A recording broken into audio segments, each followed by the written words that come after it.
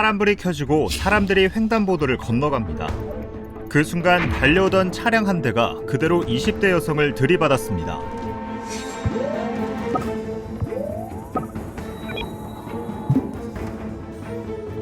음주운전이 이처럼 습관인 분들이 있습니다. 이 자기부담금이라고 하죠. 음주운전자가 본인이 부담해야 될 금액이 대폭 상승됐습니다. 그냥 통과. 뭐야! 우회전 할 때는 그냥 가도 된다 이런 인식들이 너무 오랫동안 있었기 때문에 일단 우회전 사고에서는 일단 정지해야 됩니다, 운전자가.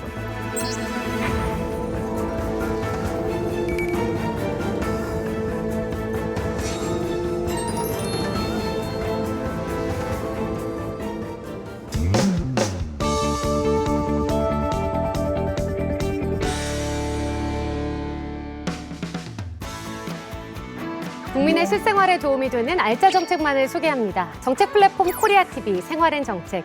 안녕하세요. 아나운서 정민양입니다.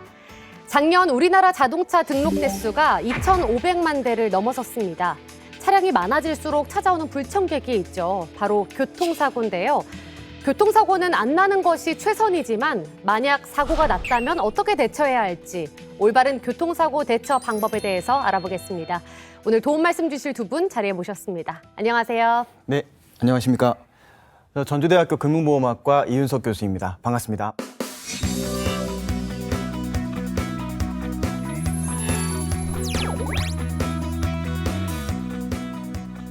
안녕하세요. 예, 법무부 도원의 홍명호 변호사입니다. 반갑습니다. 반갑습니다.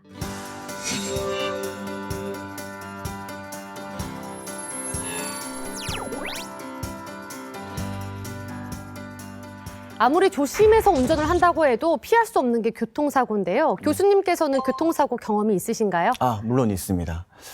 불과 얼마 안 됐는데요. 몇 달 전에 제가 이제 차선을 변경하려고 사이드밀러를 보고 차선을 변경하고 있었어요. 그래서 확인을 하고 차선을 들어가는데 갑자기 옆에서 오토바이가 들어와서 이제 저랑 부딪혔죠. 근데 이제 블랙박스를 확인해 보니까 제 뒤에 있던 오토바이가 저를 추월하기 위해서 옆으로 갑자기 들어오면서 난 사고였더라고요. 저도 당해 보니까 이 교통사고라는 것은 정말 순간적으로 일어난다는 걸 좀 느낄 수가 있었습니다. 아무리 내가 운전을 조심히 한다고 하더라도 그렇죠. 네. 상대방이 잘못해서 낼 수 있는 게 교통사고이기 때문에 그렇죠. 누구나 다 좀 걱정을 할 만한 그런 네, 주제인 것 그렇습니다. 같습니다. 네. 네, 변호사님은 다양한 교통사고 사건들을 좀 맡아보셨을 텐데요. 그중에서도 이 사건은 좀 기억에 많이 남는다 하는 사건이 있을까요? 네, 가장 가슴 아픈 거는 이 경추골절이 돼서 사지마비가 되는 환자들이 가장 가슴 아픈 사건들입니다. 대개 보면 자동차 운전을 생업으로 하는 분들이 아무래도 운전을 많이 하다 보니까 사회활동을 자동차로 하는 분들이 사고 관련자가 되는 경우가 많다. 이런 특징이 있을 수 있습니다. 너무 안타까운 사연입니다. 직장에서 받은 스트레스를 한 잔의 술로 달래는 분들이 많이 계십니다. 동료들과 가볍게 한잔하다 보면 공감대도 생기고 스트레스도 풀 수 있다는데요. 그런데 절대 하지 말아야 할 행동을 해서 땅을 치며 후회 중인 사람이 있다고 합니다. 어떤 사연인지 영상으로 만나보시죠. 제가 평소엔 진짜 음주운전에 이응자도 안 하는 사람이거든요. 전날에 일 때문에 밤을 꼬박 새기도 했고 너무 피곤해서 그랬나 봐요. 그날은 제가 머리에 뭐가 씌었는지 일진이 정말 고약한 날이었어요.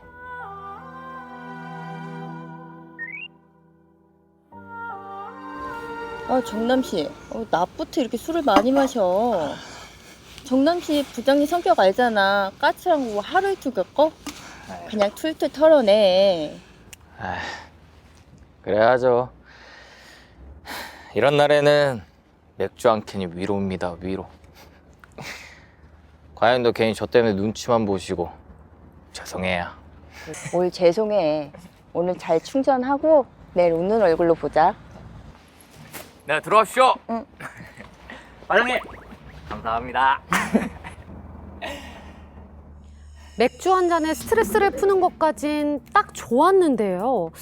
아니, 근데 정남 씨, 지금 뭐 하려는 거죠?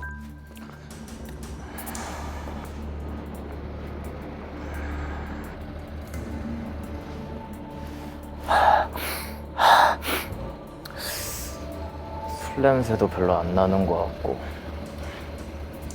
겨우 맥주 한 캔 마셨는데 괜찮겠지. 설마 지금 운전하려는 건가요?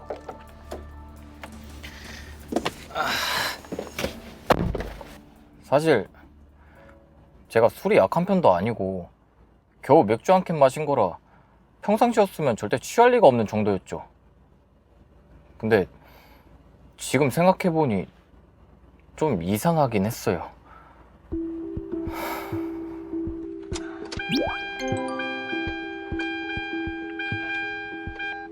이거 차가 갑자기 왜 이래? 응. 됐다. 그럼 출발해볼까? 평소 센 주량을 믿고 겁없이 운전대를 잡은 주정남 씨. 그런데 분위기가 심상치 않습니다.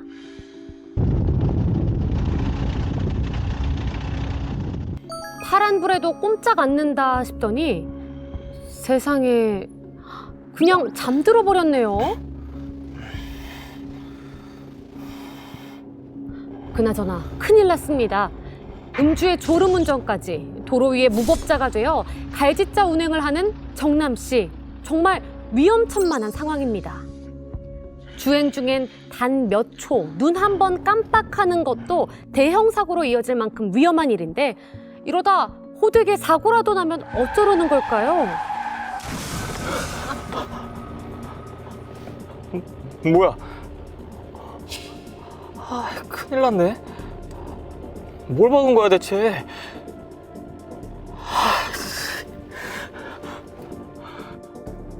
정신 차려보니 경찰서더라고요. 음주사고 뉴스를 보면서 저런 짓을 왜 할까? 난 절대로 저런 일 할 리가 없다고 생각했거든요. 근데 순간의 잘못된 판단으로 이렇게 죄를 짓게 되는 거였어요. 제가 왜 그랬을까요?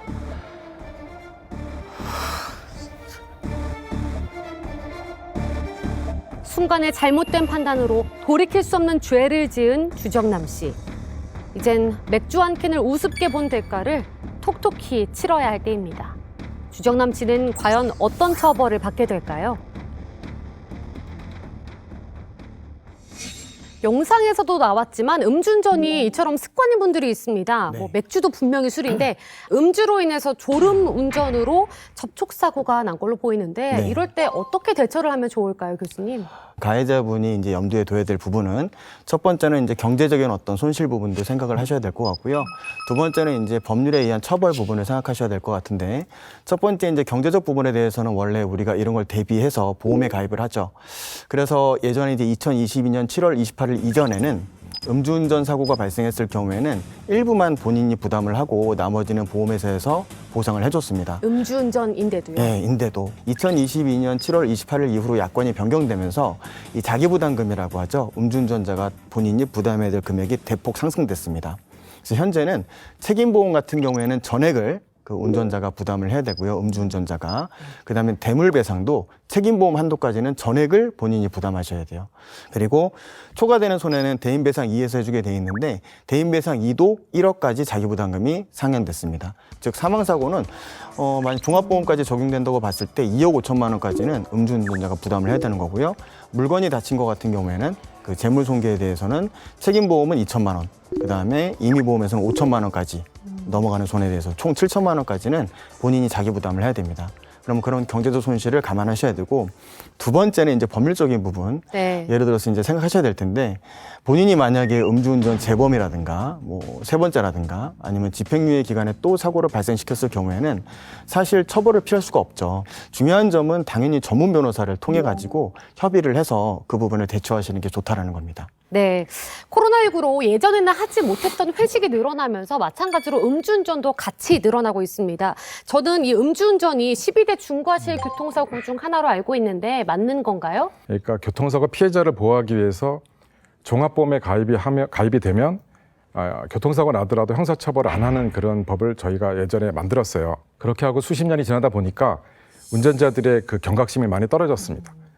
그래서 이제 12대 중과실 사고는 중대한 사고들을 특정을 해서요. 뭐 신호위반이라든지 음주운전, 또 무면허 운전. 어린이 보호구역에서 그렇죠. 30km 예, 그런 제한. 것들입니다. 네. 중대한 사고들은 이 종합범위에 가입이 됐어도 기본적으로 형사처벌을 하는 그런 유형에 명시되어 있습니다. 아무래도 가장 흔하게 좀 일어나는 사고이기도 하고 그만큼 중대한 사고들이죠. 중요하기 때문에 맞습니다. 예. 따로 정해준 게 아닐까 하는 생각이 네. 드는데요. 12대 중과실 중에 무면허 운전도 있지 않습니까? 운전을 하다가 무면허 차량과 접촉 사고가 났다면 이럴 때에는 어떻게 대처를 하는 게 좋을까요? 형사처벌이나 이런 것이 강하다 보니까 이렇게 보험 처리를 신고를 안 하려고 하는 경향이 있는데 피해자 입장에서는 신속하게 가해자 신원을 확보하시고 그다음에 보험사에 신고하시고 경찰에 신고하시고 그래서 그런 그 가해자 확보 그다음에 주변에 또 이 무면허 운전자나 음주운전자는 도망가는 성향이 강합니다. 이 처벌이 네. 강하기 때문에 그래서 피해자 입장에서는 본인의 차에 블랙박스를 달아두셔야 되고 그다음에 없으면 다른 차량들의 블랙박스를 확인하시고 또 CCTV들이 있어서 경찰에 반드시 신고하신 다음에 주변의 상가나 교통 상황 CCTV들을 확보하시는 게 가장 중요합니다. 네.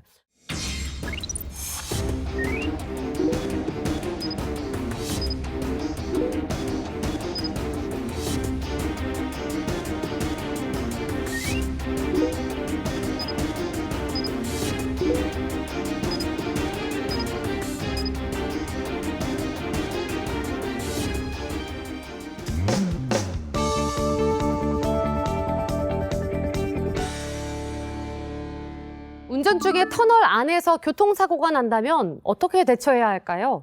운전을 시작하고 첫 교통사고가 하필 터널에서 일어났다는 운전자를 만나봤습니다. 영상으로 만나보시죠. 살해자를 만나러 간 곳은 경기도 수원시입니다. 이곳은 희진 씨가 강사로 일하고 있는 요가원인데요. 학생들을 가르치는 일 이외에도 요가 수련을 하는 것도 희진 씨의 중요한 일과입니다. 하루도 빠짐없이 수련을 하고 있지만 최근 희진 씨는 동작을 할 때 허리에 느껴지는 불편함 때문에 걱정이 늘었다고 하는데요. 이렇게 강한 후굴 같은 거 할 때는 전에 느끼지 못했던 이제 통증, 그게 제일 스트레스. 할 때마다 전에는 이제 막 할 때 통증이 없었는데 요즘에는 막 이제 후굴 할 때 통증이 느껴지면 사고 때문에 그런가? 약간 그런 생각? 그때는 허리 상태가 움직일 때마다 허리를 이렇게 잡고 가야지 되는, 눕고 일어서고 할 때마다, 그리고 재채기를 하거나 뭔가 몸이 들썩할 때 허리가 통증이 느껴지는 정도로 통증이 있었어요. 사고가 난 건 지난 여름. 당시엔 본인이 맡은 수업을 길게 빠질 수 없어서 3일 정도 입원 후에 꾸준히 통원 치료를 했다고 합니다. 대체 얼마나 큰 사고를 겪었길래 아직도 그 후유증에 시달리고 있는 걸까요? 희진 씨에게 사고 당시의 이야기를 들어봤습니다. 이제 속초에서 친구랑 놀러 갔다가 올라오는 길이었어요. 거기에 터널 들어가는 초입에서 사고가 났는데 차가 전혀 막히지 않는 상황이었기 때문에 다들 속도가 조금 있는 상황이었고, 근데 이제 보통은 속도가 갑자기 확 줄면 이제 깜빡이를 켜잖아요. 근데 그런 게 전혀 없었어요. 전혀 없었고, 터널 들어가서 제 앞에서 갑자기 그 차뿐만 아니라 그 앞에서 어디서부터 시작은 어디서부터인지 모르겠는데 갑자기 이제 확 속도가 줄면서 급정거 수준으로 이제 앞에 차가 섰고, 저는 이제 그래서 브레이크를 엄청 강하게 밟아가지고 다행히 제 차는 앞차랑 충돌이 없었어요. 제 차는 이제 섰는데 이제 제가 갔음으로써 이제 뒷차가 저를 확 박은 거. 겨우 앞차와의 충돌을 피했지만 안심할 틈도 없이 사고를 당한 거네요. 터널 안에서 일어난 연쇄 추돌 사고라니 희진 씨 정말 많이 놀랐겠어요. 제가 제일 처음으로 교통사고 난 거였어가지고 좀 당황했죠. 당황했는데 이제 고속도로여서 2차 당황했고, 또 그게 터널 아니어서 3차 당황. 터널이 이제 한쪽이 다 막힌 상태니까 뒷차도 너무 밀리기 시작하고 또 아무래도 저도 2차 사고가 조금 걱정되기도 했어가지고 그리고 일단 터널 안이니까 되게 전화를 해도 들리지도 않고 소리가 너무 울리고 시끄러워서 들리지도 않고 저도 막 더 정신이 없어가지고 전화했더니 사진 찍고 영상 같은 거 좀 남기고 차를 일단 빼라고 하시더라고요. 그래가지고 이제 뒷차주하고 얘기해서 차를 일단은 뺐어요. 그래서 나가서 갓길에 일단 대자. 어두운 터널에 들어서면 운전자의 속도 감각이 떨어지기 때문에 추돌 사고 위험이 더 크다고 합니다. 심지어 2차 사고나 화재 등 아찔한 사고로 이어지기도 하죠. 희진 씨는 당시 차분한 대처를 한 덕분에 큰 위험 없이 무사히 현장을 벗어날 수 있었던 게 무엇보다 감사한 일이라고 합니다. 그래도 큰 사고 아니어서 많이 다치지 않아서 다행이다. 그냥 그 생각만 했어요. 시내에서 난 게 아니고 고속도로에서 난 거였는데 그래도 이 정도면 되게 양호한 거다. 다행이다. 이제 그렇게 그때는 생각했죠. 예기치 못한 사고로 잊지 못할 경험을 했지만 이렇게 무사히 일상으로 돌아왔기에 그마저도 감사하다는 희진 씨. 사고 후에도 희진 씨는 그녀의 첫 차와 언제나 한 몸처럼 일상을 함께하지만 이젠 어딜 가든 무조건 안전이 우선입니다.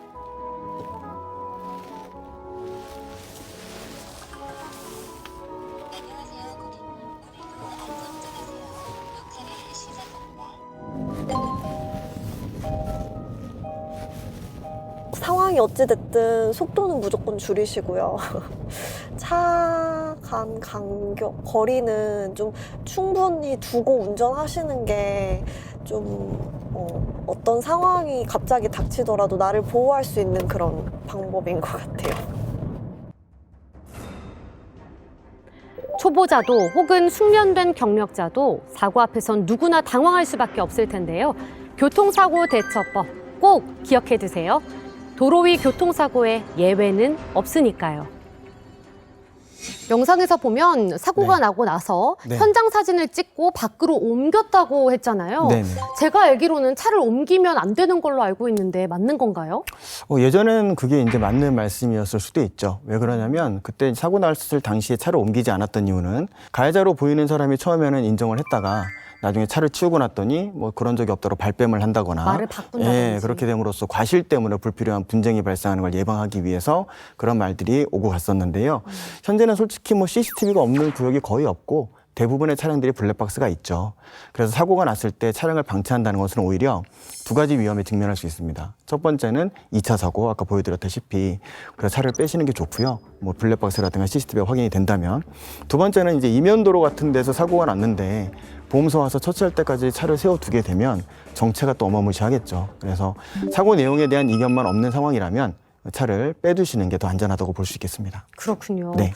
교통사고가 난 현장을 사진으로 찍기도 하고 또 동영상으로 찍어서 그 기록을 남기기도 하잖아요. 네네. 이렇게 기록을 남길 때 꿀팁 같은 거 있다면 좀 공유를 해주세요. 네, 우선 사진은 가장 최후의 수단으로 생각을 하시는 게 좋을 것 같고요. 최후요? 네, 최후의 그럼 수단으로. 동영상이 먼저인가요? 블랙박스가 있다는 전제하에서는 그래서 뭐 정리를 한다면 사고가 났을 때 여러분들이 맨 처음에 하셔야 될 부분은 네. 내리셔가지고 부상자부터 일단 확인을 해야 되겠죠. 아. 부상자가 있으면. 네. 그다음에 두 번째로 확인해야 될 부분이 2차 사고를 예방하기 위해서 그 삼각대라든가 이런 걸 만약 차량이 이동이 안 될 경우에는 삼각대를 설치함으로써 그 뒷차량들이 여기 사고가 났다는 걸 미리 알 수 있도록 안전거리를 충분히 확보할 수 있도록 해주는 조치가 필요하고요. 근데 만약에 최악의 경우도 있을 수 있겠죠. 블랙박스도 둘 다 없고 CCTV도 둘 다 없다. 그럴 때는 별 수 없이 목격자를 확보를 해야 될 것이고요. 가능하다면 동영상으로 목소리 같은 걸 녹음해두는 것도 좋은 방법일 수 있습니다. 그다음에 이제 그런 것들도 만약에 모두 안 될 경우에 그때 이제 사진을 통해 가지고 네. 사진을 찍어 두시는 게 좋고요. 멀리서 한번 찍고 가까이서 한번 찍고 그다음 차량의 바퀴 상태 한번 찍고 이렇게 해서 멀리서 이제 차량이 오고 가고 진출했던 내용들을 좀 파악하고요.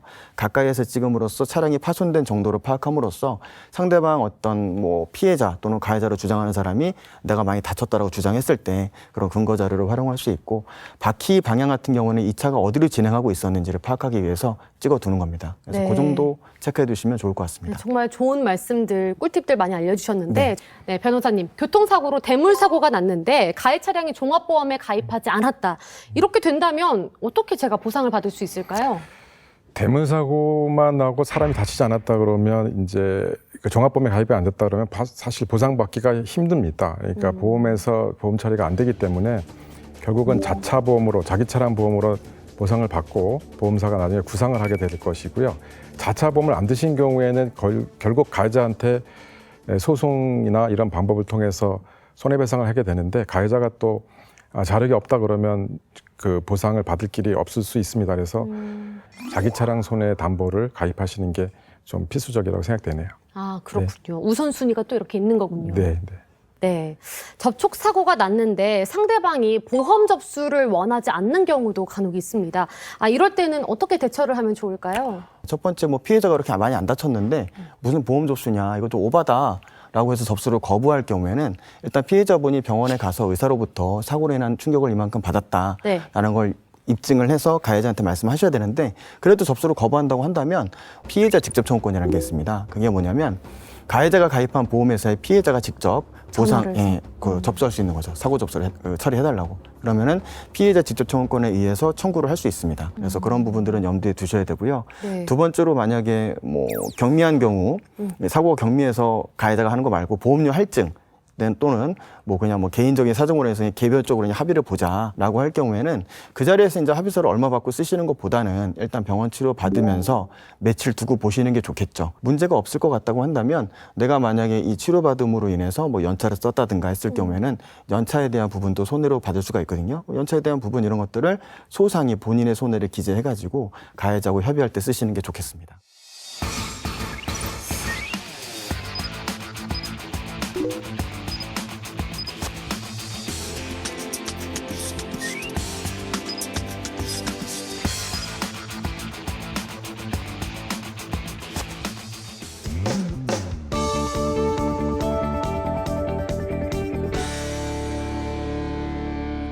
우리나라 교통사고 중 가장 많은 사고가 보행사고라고 합니다. 교통안전 선진국보다 약 2배에서 3배가량 높다고 하는데요. 눈 깜짝할 사이에 일어난다는 교통사고. 이분도 하마터면 보행자와 끔찍한 사고가 날 뻔했다고 하는데요. 어떤 이야기인지 함께 보시죠. 많이 기다렸지? 미안해. 거의 다 와가는 것 같아. 아니, 여기가 초행길이라 정신이 없어서 그래. 저기 공원 보인다. 저기 우회전하면 나온다 이거지? 조금만 기다려.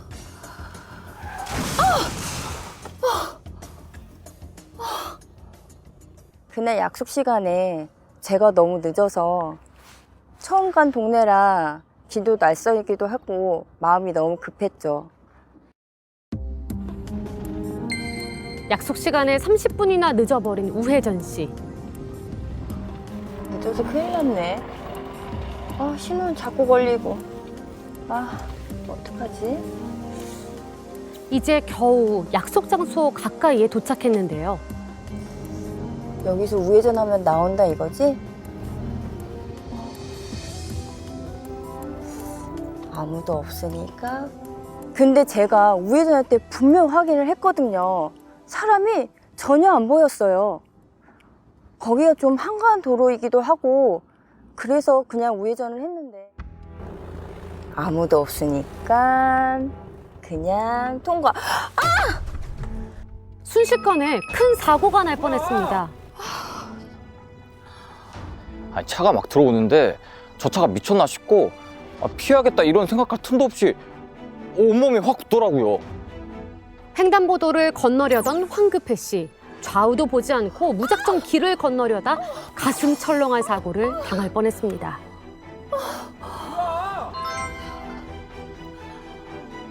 그땐 이렇게 죽나 보다 싶었어요.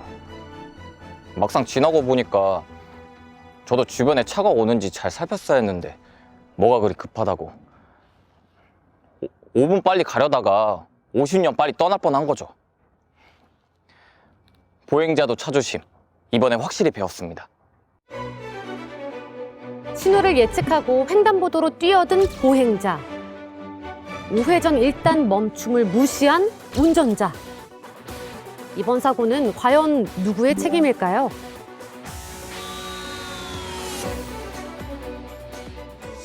네, 영상에서 운전자랑 보행자가 어떤 잘못을 하고 있는지 설명 부탁드릴게요.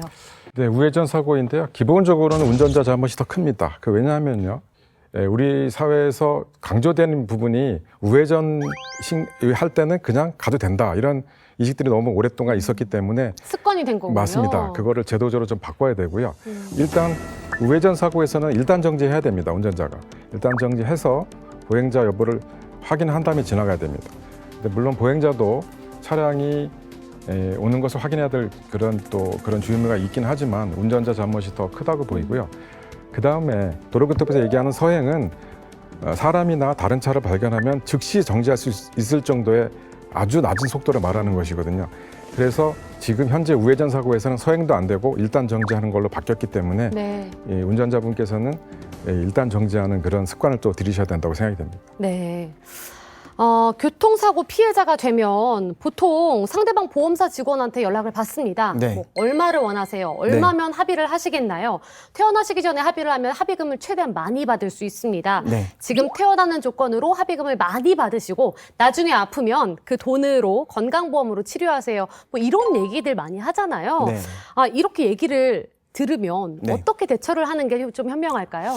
우선은 뭐 합의에 대해서 결정하시기 전에 합의 시점부터 가늠하셔야 될 텐데 합의 시점은 피해자분이 본인의 몸이 괜찮다라고 생각이 들 때 그때 합의를 보시는 게 맞습니다. 그러면은 아직 몸이 완전히 괜찮지 않은데 전화가 오면 네. 제가 괜찮아지면 좀 더 연락드리겠습니다. 치료를 받고 연락을 드리겠습니다. 이렇게 말씀을 드리는 게 맞죠. 시점이 중요하군요. 네, 그렇습니다. 이 자동차 사고에 대한 합의금이 좀 독특하게 네. 자동차보험 약관 지급 기준에 따른 합의금 산정 방식이 있고 네. 법원에서 이제 산출하는 방식이 있습니다. 당연히 보험회사 측은 가해자 측 대리인이기 때문에 가해자는 보험회사랑 약관에 따라서 계약을 맺었죠. 약관에서는 지급 기준이 있죠. 네. 그 지급 기준을 제3자인 피해자한테 지급 기준에 의거해서 제시를 하지만 그 계약이라고는 약관의 효력은 제3자인 피해자한테 미치는 건 아니거든요. 그럼 당연히 피해자 입장에서는 약관에 의한 손해액과 법원에 의한 손해액 중 본인한테 유리한 부분에 대해서 권리를 주장할 수 있습니다. 그 두 가지 요건을 놓고 저라면은 이렇게 얘기를 할 것 같아요. 내 사고에 대해서 다행히 좀 후유증이 안 나올 것 같다면 이 부분에 대해서 약관에 의한 책임액, 니네들이 산정하는 보험금과 소송가액에 의할 경우에 합의금을 갖다가 좀 산출해서 갖고 와봐라. 비교해가지고 따져보는 거죠. 자신이 처한 상황의 소득, 그다음에 과실, 후유증 여부 이런 것들을 판단해가지고 둘 중에 좀 유리한 방법을 선택하시는 게 좋습니다. 네.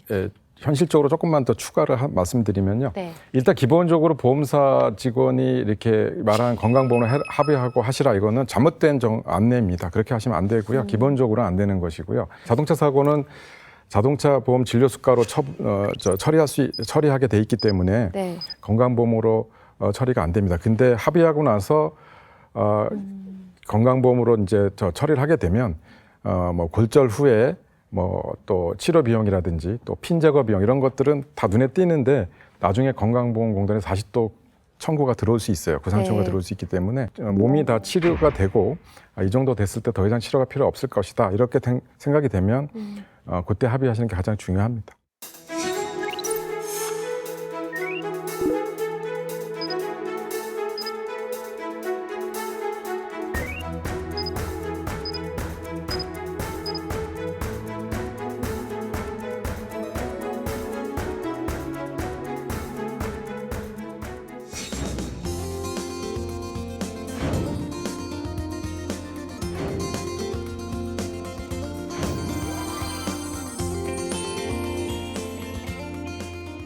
자, 그러면 이어서 시청자분들의 궁금증을 풀어드리는 시간입니다. 교통사고와 관련해서 궁금한 사연과 질문을 보내주셨는데요.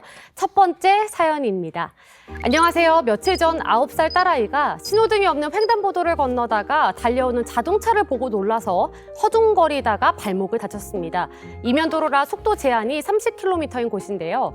자동차가 속도 제한 규정도 지키고 경적을 울리진 않았지만 아이가 달려오는 차를 보고 놀라서 넘어졌다고 합니다. 이런 경우에 피해 보상이 될 수 있는지 궁금합니다. 라고 말씀해 주셨네요. 이럴 때 어떻게 하면 좋을까요? 네, 우선 이 사고 내용 자체는 보통 비접촉 사고라고 많이 하는데요. 비접촉 사고라고 해서 가해자의 책임이 없는 건 아닙니다. 다만 비접촉 사고에 있어서 가해자의 책임이 인정이 되려면 그 피해자분이 어떤 그 상황을 놓고 봤을 때 누가 봐도 이거는 피해자가 이렇게 놀라서 넘어질 만한 그런 그 정도의 여건이었다라고 한다면 당연히 가해자의 책임을 인정하게 돼 있죠. 근데 사실 그 위험에 대해서 느끼는 건 사람마다 주관적이잖아요. 네. 그래서 주관적인 위험에 따라서 달라질 수 있고 그리고 또 속도 규정을 지켰다고 그러니까요. 하니까. 예, 그래서 이 경우에는 제가 볼 때는 특별한 사정이 없는 이상은 뭐 배상 책임이 인정되진 않지 않을까 그런 겁니다. 다만 이제 뭐 위반 사항이 있었고 그만큼 근거리에 있었다면 당연히 운전자의 책임이 인정이 돼야 되겠죠. 네. 네. 네. 다음 사연 보겠습니다. 환자도 없이 사이렌을 울리던 사설 구급차가 교통신호를 무시하고 달리다가 제 자동차와 충돌을 했습니다. 당시 구급차는 사이렌을 켠 상태였지만 환자는 없었고요. 교통신호를 위반한 채 달렸습니다. 구급차는 긴급 자동차라서 법규 위반에 대한 책임은 묻지 않고 사고 책임만 묻는다고 하는데 그게 사실인가요? 라고 질문 보내주셨습니다. 예, 도로교통법에 그 긴급 자동차 특례가 있습니다. 근데 그것이 인정이 되려 그러면 응급 상황이어야 되고 그다음에 사이렌을 울리고 경광등을 켜서 응급성과 시인성이 확보가 돼야 됩니다. 그런 경우에는 이제 책임을 면하게 되는 그런 그 특례가 있습니다. 그리고 긴급 자동차의 경우에는 거기에 정말로 환자가 타고 있을까라는 의심을 하시지 마시고 좀 양보해주고 그다음에 좀 신호가 내 신호이다 하더라도 좀 정지해주고 대부분의 자동차들이 좀 양보를 좀 많이 해줘야 될 것으로 생각이 됩니다. 네, 뭐 사고가 나면 또는 뭐 아픈 환자가 탔을 경우에 골든 타임이라는 게 또 있잖아요. 그렇죠. 예. 내가 그 피해자가 환자가 될 수도 있고 내 가족이 타 있을 수도 있겠다라는 생각으로 또 한번 시민 의식을 좀 강화해서 생각을 하는 맞습니다. 것이 중요할 것 같습니다. 네, 6개월 전에 교통사고가 났습니다. 그때는 몰랐는데 자꾸 목이 불편해서 병원에 갔더니 교통사고 후유증 진단을 받았습니다.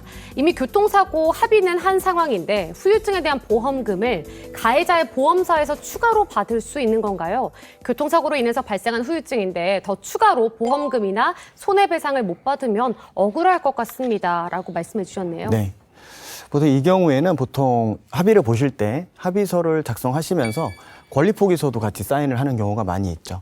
하지만 권리포기서를 작성했다고 해서 그 사고와 관련된 모든 권리를 포기한다 이렇게 볼 수는 없고요. 그보다 상위 개념인 대법원에서 해석하고 있는 합의의 효력을 보면 합의 당시에 그 사고 당사자가 예측하지 못했던 불특의 손해에 대해서는 추가 배상이 가능하다. 이렇게 보고 있습니다. 유명한 기호 판례로 5년 정도 그 생존할 것으로 예측해가지고 합의를 봤는데 나중에 추가적으로 5년 넘어서 계속 살아 있었던 거예요. 거기에 대한 추가적인 배상을 인정했던 판례도 있었고요. 그럼 이 케이스 같은 경우에는 목이 만약에 다쳐가지고 합의를 봤을 때 중요한 점은 이분이 합의를 보셨을 때 본인이 목이 불편한 사항에 대해서 본인이 알고 있었거나 아니면 의사로부터 설명을 들었을 경우에 그걸 알고 있으면서 합의를 봤을 경우에 이때는 나중에 추가적인 손해에 대해서 청구하기는 어려워 보입니다. 하지만 이미 원래 아팠던 거니까요. 네, 본인이 알고 있었으니까 합의됐을 때 예측을 하고 있었으니까.